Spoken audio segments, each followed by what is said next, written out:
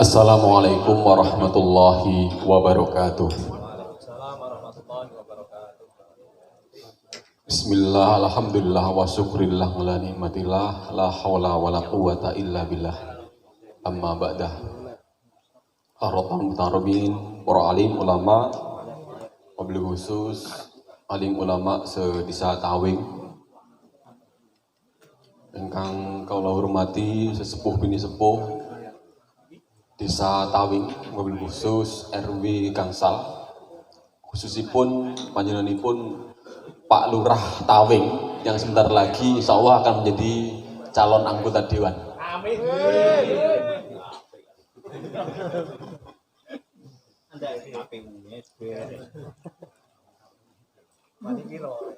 Ampun kesupen mungkin daftar teng Kilen Kodim ya Pak.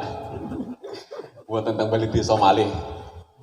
Lek lurah mungkin yang pun daftar teng balik desa tapi lek calon anggota dewan yang mungkin teng Kilen Kodim.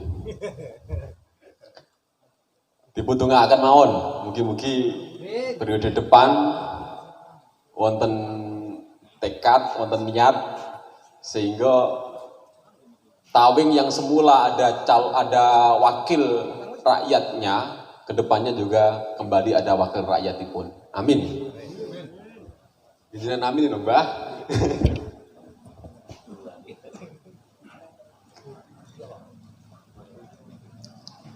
Sahabat Ketua Ranting Ansor dan sahabat-sahabat lainnya, pengurus ranting, dan kebetulan untuk Ranting Ansor Ranting Ansor Tawing saat ini juga sekaligus menjadi wakil sekretaris atau sekretaris 2 ya kalau nggak salah.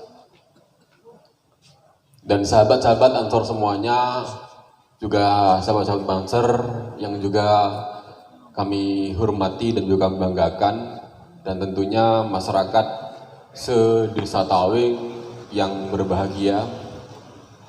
Puji syukur, marilah kita senantiasa panjatkan kehadirat Rabbi atas karunia-Nya sehingga pada malam hari ini kita bisa bermuwajah bil wujuh, bisa bertatap muka di sini dalam keadaan sehat walafiat.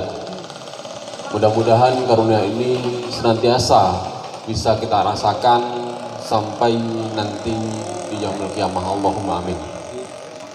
Salawat serta salam mudah-mudahan tetap terlimpah pada baginda Rasulullah Muhammad SAW, keluarga, sahabat serta umatnya, dan mudah-mudahan kita semuanya termasuk umatnya yang nanti di hari kiamat mendapat syafaat beliau. Allahumma amin. Hadirin sahabat-sahabat Ansor, sahabat Banser yang kami hormati, betul sekali apa yang disampaikan oleh Bapak Kepala Desa Tawing bahwa saat ini kita masuki masa new normal. Sebenarnya kalau kemudian kita mengacu, kita mendasarkan pada realita yang ada, pada fakta yang ada, masa new normal, kalau kemudian kita lihat dari nilai sosialnya, ini nggak beda jauh dengan masa abnormal. Karena kita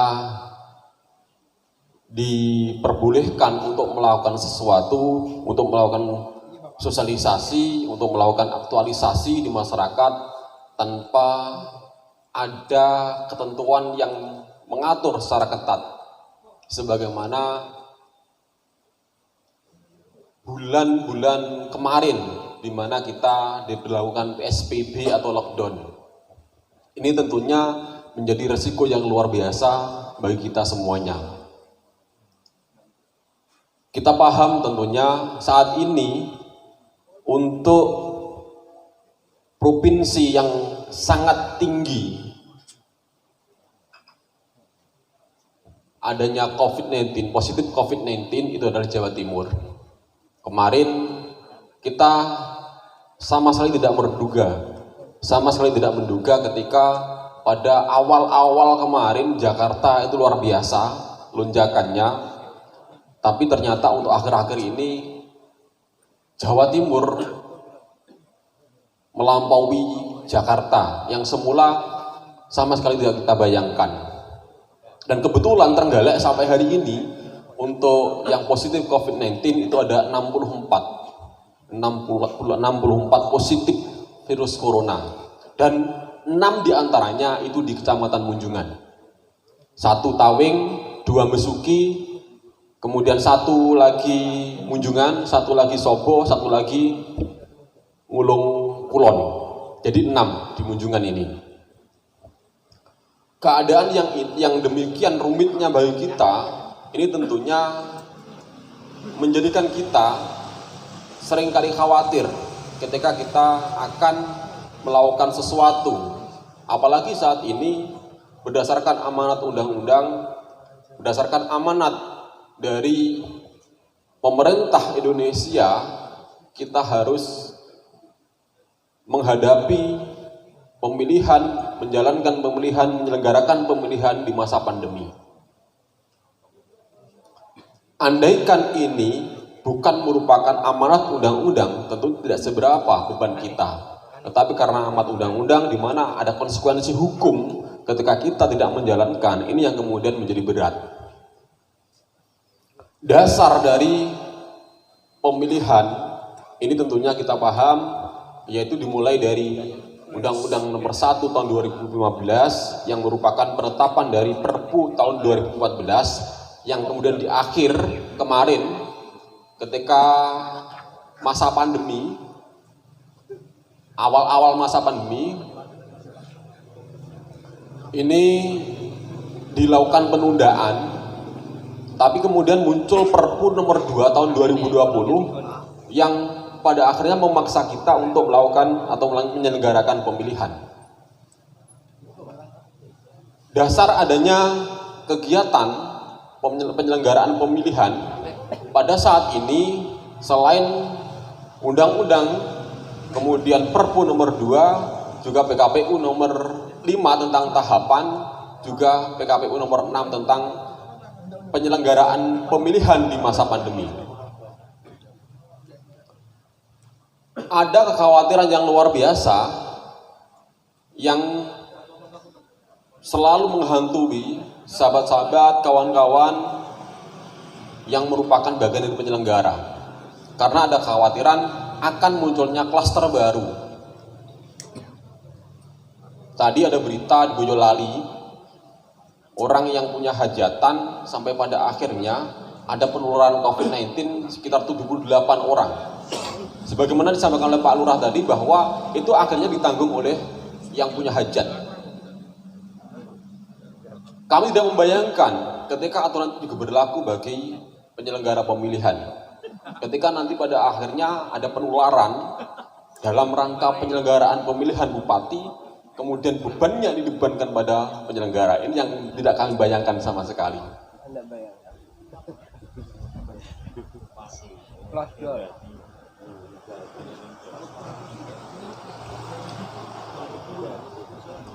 Karena resikonya luar biasa. Umpamanya ketika dalam coklit ini, dalam coklit seorang PPDP ini harus datang dari rumah ke rumah. Ketika datang dari rumah ke rumah pada saat pandemi semacam ini, tentunya resikonya luar biasa. Kita tidak tahu apakah tuan rumah ini termasuk orang yang positif corona atau tidak. Sehingga bisa jadi nanti akan tertular karena tuan rumah positif COVID-19. Kalau teman-teman PPDP sebenarnya kami juga tidak khawatir karena mereka sudah melakukan rapid test dan hasilnya yang hari ini melakukan coklit itu jelas reaktif. Karena kalau tidak reaktif nanti pasti ada diganti. Tapi kemudian ketika melakukan coklit, di situ dia harus berhadapan orang banyak karena harus dari rumah ke rumah. Kemudian dia bertemu dengan tuan rumah yang notabene tuan rumah ini adalah orang tanpa gejala. Ini yang mengkhawatirkan. Ketika OTG orang tanpa gejala, dia di rumah tersebut bisa jadi karena virus corona ini bisa bertahan di udara, kemudian dalam melakukan coklit, bisa jadi PPDP tersebut tertular. Sehingga karena PPDP tertular, ini akan menjadikan rantai penularan bagi masyarakat setempat. Karena PPDP dituntut untuk dari rumah ke rumah. Sehingga penyebaran ini akan sangat masif ketika ini terjadi. Maka dari itu KPU di PKPU 6 ini menekankan untuk seorang PPDP ini paling tidak harus menggunakan APD 3. APD yang sudah dipenuhi oleh KPU. Yaitu yang pertama adalah masker, jelas itu. Yang kedua adalah face shield atau pelindung wajah. Yang ketiga adalah sarung tangan sekali pakai. Jadi kalau Bapak Ibu semuanya umpamanya menemukan PPDP yang tidak memakai 3 hal tadi, APD 3 hal tadi, masker, face shield sama sarung tangan, Bapak Ibu boleh menegurnya atau tidak memperbolehkan melakukan coklit. Ini boleh, karena memang aturannya seorang PPDP ini harus menggunakan 3 APD ini. Memang bagi PPDP agak sulit ketika harus pakai kaos tangan sekali pakai dari plastik, dia harus buka stiker, harus nulis, tentu sangat sulit. Tetapi karena ini sebuah kewajiban amanat dari peraturan KPU, maka mau tidak mau ini harus dijalankan. Sahabat-sahabat, ada 9 hal baru. Ada 9 hal baru yang harus dipenuhi, yang kemudian menjadi berbeda dengan pemilihan sebelumnya. Tentunya ini karena ada pandemi. Hal baru itu, 9 hal baru itu, yang pertama adalah jumlah pemilih yang dibatasi maksimal 500 pemilih dalam tiap TPS. Kalau sebelumnya ada pembatasan 800 untuk masing-masing TPS. Tetapi karena masa pandemi, ini ada pembatasan maksimal 500. Hal ini juga karena ketentuan mengenai protokol kesehatan. Tidak boleh berkerumun, di dalam TPS tidak boleh lebih dari 12 orang. Sehingga ketika jumlahnya maksimal 500 orang di TPS, ini memungkinkan untuk penerapan protokol kesehatan. Maka terkait dengan itu, kedepannya ketika ada TPS atau KPPS yang membentuk atau membangun TPS tidak sesuai dengan protokol kesehatan, jenengan semua boleh menegur. Karena itu pelanggaran. Yang jelas KPU juga sudah memfasilitasi, ada uang sewa terop. Dan ini harusnya digunakan. Kalau kita mengaca pada pemilihan sebelumnya atau pemilu sebelumnya, banyak TPS yang ditempatkan di emperan rumah, di ruang tamu yang hanya 4x4, padahal ini sama sekali tidak standar. Apalagi kalau kemudian di musim pandemi ini cukup mengkhawatirkan. Maka pembatasan 500 ini mungkin menjadi salah satu solusi agar nanti tidak terjadi penularan. Karena bagaimanapun juga KPU ini selain dituntut untuk mensukseskan pemilihan bupati dan wakil bupati, ini juga dituntut untuk memutus mata rantai penyebaran virus corona. Itu yang pertama. Yang kedua, nanti akan ada di C6. Sahabat-sahabat masih ingat enggak C6 itu apa? Coba yang pernah jadi PPS atau PPK, di sini ada mantan PPK loh. Kenapa? C6 itu apa sih? Betul, surat panggilan. Di C6 nanti, kalau biasanya tidak ada jam, nanti ada jam. Jadi waktu mencoblosnya pun juga diatur. Kalau sebelumnya, ini kita bebas antara jam 7 pagi sampai jam 1 siang. Nanti di C6, ini ada aturan jam. Jadi tidak semua pemilih ini boleh memilih pada waktu yang sama. Ada waktu yang sudah ditentukan oleh KPPS. Bisa jadi sahabat-sahabat semuanya nanti ke bagian siang atau bisa jadi ke bagian pagi. Karena ada aturan jamnya nanti. Itu hal berbeda dengan pemilihan sebelumnya. Kalau sebelumnya tadi yang saya sampaikan pembatasannya itu jam 7 pagi sampai jam 1 siang. Kalau ini nanti tidak, pembatasannya berdasarkan jam yang ada di C6 atau surat panggilan. Ini hal yang berbeda. Maka ketika jenengan menerima C6, Yojo kaya sebelum-sebelumnya cuma diambil, dibawa, disimpan, kemudian dibawa ke TPS. Jangan cuma itu, tapi juga diperhatikan. Kira-kira nanti jamnya jam berapa? Karena nanti kalau nggak diatur demikian, khawatir terjadi pembludakan di TPS. Sehingga protokol kesehatan ini dikesampingkan. Jadi harapan kami sekali lagi untuk C6-nya atau surat panggilan memilihnya nanti dicek jamnya jam berapa. Ini hal yang baru masalahnya. Itu yang kedua. Yang ketiga adalah pemilih harus membawa masker sendiri. Tidak mungkin KPPS menyiapkan masker. Kalau KPPS menyiapkan masker berarti kan dari rumah ke TPS-nya ini nggak bawa masker, sehingga bisa jadi nanti di jalan akan terjadi penularan. Maka ini juga berlaku untuk semuanya. Tidak akan disiapkan masker di TPS, tetapi semua pemilih harus membawa masker. Pertanyaannya, kira-kira kalau yang tidak membawa masker, apakah tidak boleh mencoblos? Nah ini yang menjadi kekhawatiran. Karena memang kesadaran politik masyarakat kita ini masih kurang tinggi, cukup rendah masalahnya. Saya masih ingat, ketika ada seorang pemilih yang lupa tidak membawa C6, datang ke TPS, kemudian dianjurkan untuk datang jam 12 siang. Dia pulang dan tidak balik lagi ke TPS.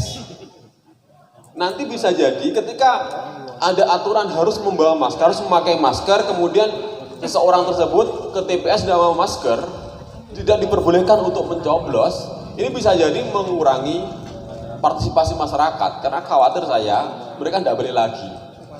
Ini juga harus diantisipasi juga sebenarnya. Tapi ketika Pak Lurahnya bersikukuh terkait dengan protokol kesehatan, saya rasa Anda mengkhawatirkan terkait dengan masyarakat nanti atau pemilih nanti yang datang ke TPS tidak membawa masker. Kemudian yang keempat, ini screening kesehatan. Screening kesehatan atau pemeriksaan kesehatan nanti bentuknya bisa rapid atau bisa menggunakan surat bebas gejala influenza. Sebenarnya kalau di PKPU 6 ini tidak melulu harus rapid test untuk penyelenggara, tetapi boleh dengan surat bebas influenza. Masalahnya adalah informasi dari beberapa kabupaten hari ini tidak ada yang mau dokter mengeluarkan surat keterangan bebas influenza. Ini masalahnya. Sehingga mau tidak mau penyelenggara akhirnya harus rapid test. Dan saya jamin sampai hari ini untuk penyelenggara di Kabupaten Trenggalek tidak ada satupun yang reaktif. Kemarin semuanya sudah dites. Dari sekian ribu penyelenggara, mulai dari PPDP, kemudian PPS dan sekretariatnya, PPK dan sekretariatnya, KPU dan sekretariatnya, ini hanya ada 6 yang reaktif. 6 ini yang 5 PPDP dan langsung diganti. Betul, ekstrim. Karena memang amanat undang-undang seperti itu, penyelenggara harus non-reaktif. Sehingga ketika ditemukan salah satu calon PPDP atau PPDP, ini reaktif langsung dicarikan ganti dan diganti. Dan ini juga perlu saya luruskan. Kemarin Pak Lurah ketika konferensi pers untuk gugus tugas Kabupaten Trenggalek ini sempat menyampaikan bahwa ada salah satu calon KPPS di Desa Terbis, Kecamatan Panggul yang positif COVID-19. Lucunya hari ini tuh tahap pemutahiran data pemilih itu pun awal karena pencocokan dan penelitian data pemilih. Jadi KPPS belum terbentuk. Makanya kemarin kami melakukan koordinasi dengan Pak Bupati, minta untuk adanya anulir atau revisi dari keterangan gugus tugas agar tidak menyebutkan yang bersangkutan anggota KPPS. Karena KPPS saja belum terbentuk sampai hari ini. PPDP juga baru berjalan beberapa hari. Kok bisanya KPPS ada di situ, kan lucu jadinya. Jadi kami luruskan, yang bersangkutan bukan anggota KPPS, tapi PPDP yang digantikan. Jadi bukan lagi PPDP. Memang awalnya PPDP, kemudian rapid test hasilnya reaktif, maka dia tidak lagi menjadi PPDP karena sudah diganti. Maka dengan itu kami jamin seluruh dari penyelenggara tidak ada yang reaktif. Kemudian yang kelima, disinfektasi TPS sebelum pemungutan. Jadi nanti harus dipastikan juga TPS nanti akan bebas dari virus dengan adanya penyemprotan disinfektan di masing-masing tempat pemungutan suara sebelum hari pemungutan. Jadi paling tidak 1 hari sebelum pemungutan nanti akan dijamin adanya penyemprotan disinfektan. Sehingga Bapak Ibu jangan khawatir ketika nanti datang ke TPS kemudian di sana ada virusnya.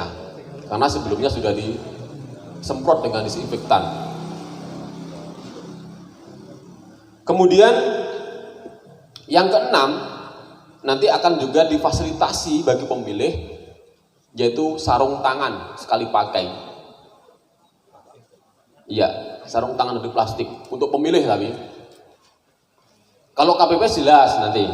KPPS juga harus menggunakan 3 APD tadi, masker, face shield itu bentuknya kayak helm. Saya udah bayangkan, saya memakai sebentar saja face shield ini munyeng. Apalagi kalau KPPS dari jam 7 sampai jam 1 kemudian dipakai lagi penghitungan sampai sore. Kira-kira masih bisa bertahan atau tidak nanti?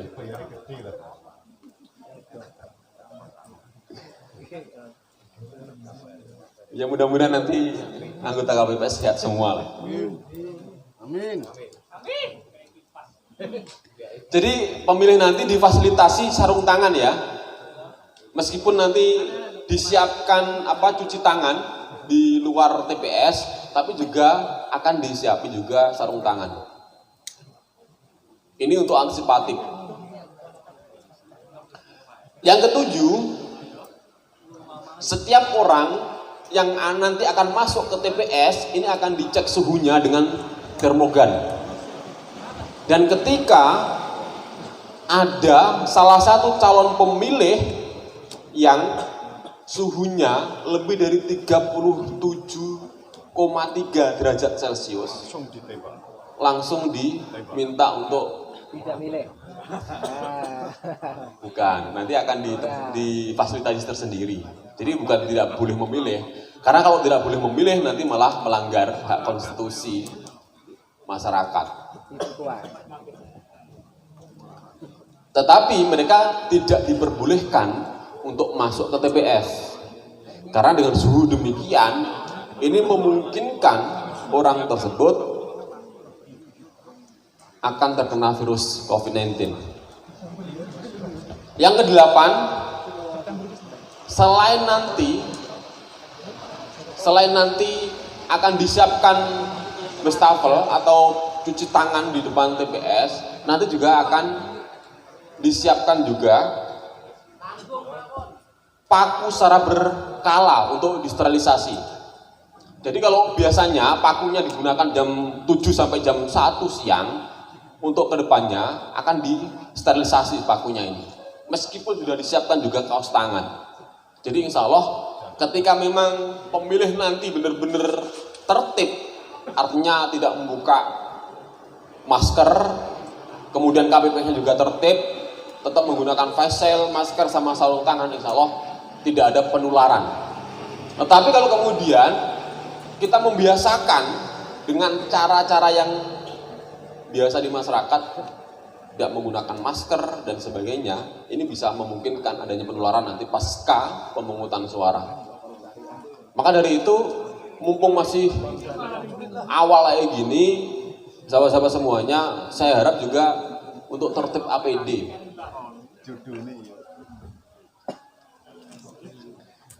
Meskipun malam ini sebenarnya protokolnya jauh ya.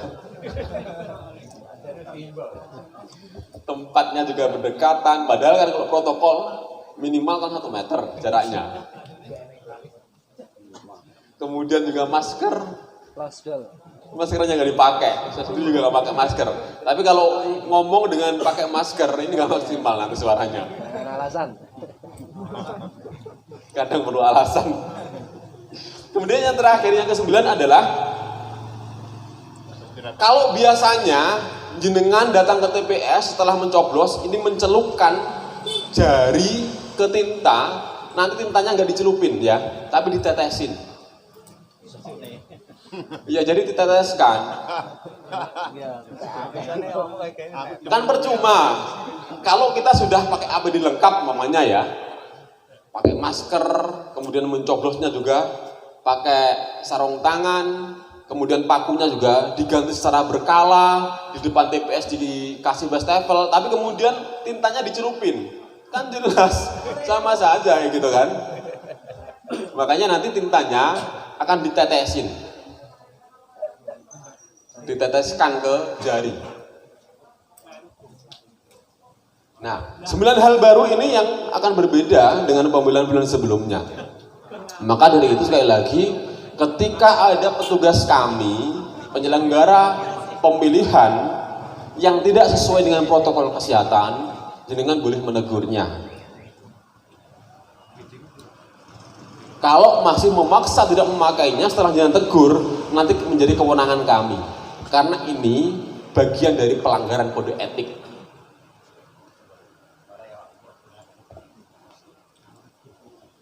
Ini untuk pengantar diskusi ya. Saya harap nanti kita akan proaktif, ada banyak pertanyaan, sehingga dialektika kita pada malam ini menjadi lancar, menjadi berjalan. Saya rasa itu, terima kasih.